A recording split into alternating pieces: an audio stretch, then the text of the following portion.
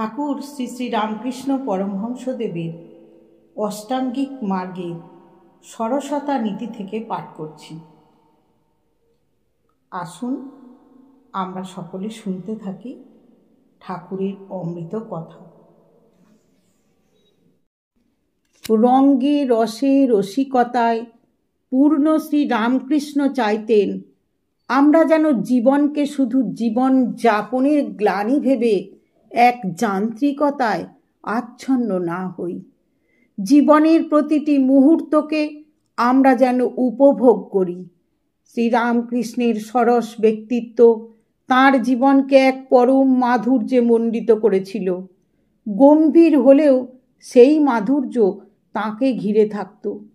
ভগিনী দেবমাতা তাঁর বিখ্যাত গ্রন্থ days in an Indian monastery গ্রন্থে শ্রী মা এবং শ্রী রামকৃষ্ণের সাক্ষাৎ শিষ্য ও অন্যান্য প্রত্যক্ষদর্শীদের সূত্রে প্রাপ্ত তথ্যের ভিত্তিতে লিখেছেন, ঠাকুর তাঁর তরুণ শিষ্যদের সঙ্গে খেলা করতেন যেন তাঁরা নেহাত ছেলে মানুষ। তিনি ছিলেন খুব রঙ্গপ্রিয়। একদিন পঞ্চবটির সামনে এক দর্শনার্থী ঠাকুরকে এই ভক্ত ছেলেদের সঙ্গে এক্কা দোক্কা খেলতে দেখেন। কখনো কখনো তিনি অন্যের নকল করে তাঁদের খুব হাসাতেন। আবার পর মুহূর্তেই তিনি গম্ভীর বা রঙ্গরত যে অবস্থাতেই থাকুন না কেন, আনন্দের একটি বাতাবরণ সতত শ্রী রামকৃষ্ণকে ঘিরে রাখত। সতত আনন্দ বিচ্ছুরিত হতো তাঁর সত্তা থেকে। তিনি প্রায়ই বলতেন, যে ধর্মে মুখ গোমরা করে রাখতে হয় সেই ধর্মে তার কাজ নেই। বস্তুত তাঁর রসবোধ ছিল তাঁর জীবনবোধেরই অঙ্গ। তাকে দেখে বোঝা গেছে যে জীবনে রসবোধ নেই সেখানে সুস্থ কোনো জীবনবোধ গড়ে ওঠা সম্ভব নয়। জীবনে দুঃখ, হতাশা, বিশ্বাসভঙ্গ, বিপর্যয় থাকবেই, কিন্তু সেই জন্য জীবনের মধুকে হারিয়ে যেতে দেব কেন? জীবনের মাধুর্যকে ভুলে হতাশায় ডুবে যাব কেন? জীবনের ইতিবাচক দিকের প্রতি মুখ ফিরিয়ে থাকব কেন? এই অনবসাদ দর্শন শ্রীরামকৃষ্ণ আমাদের দিয়েছেন।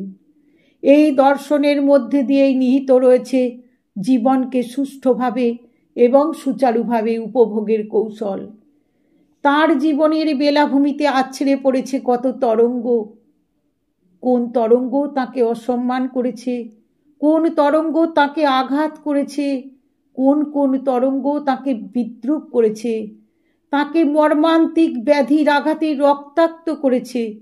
কিন্তু কখনো কোনো তরঙ্গেরই তাঁর অন্তরের সঠিক রসিক মানুষটিকে বিন্দু মাত্র বিচলিত করতে পারেনি। সব সময় নিত্য আনন্দের শীর্ষে অবস্থান করে তিনি মানুষকে খবর দিয়েছেন পরমানন্দ স্বরূপের। বাস্তবিক তিনি একটি হাসি ও আনন্দের ভুবনকে সঙ্গে করে এনেছিলেন। তাঁর আশেপাশে যারা এসেছেন সবাইকে তিনি হাসতে হাসতে ও হাসাতে হাসাতে বলেছেন, যদি বাঁচার মতো বাঁচতে চাও উপেক্ষা করো জগতের দেওয়া সম্মান, বিদ্রূপ, দুঃখ ও আঘাতকে।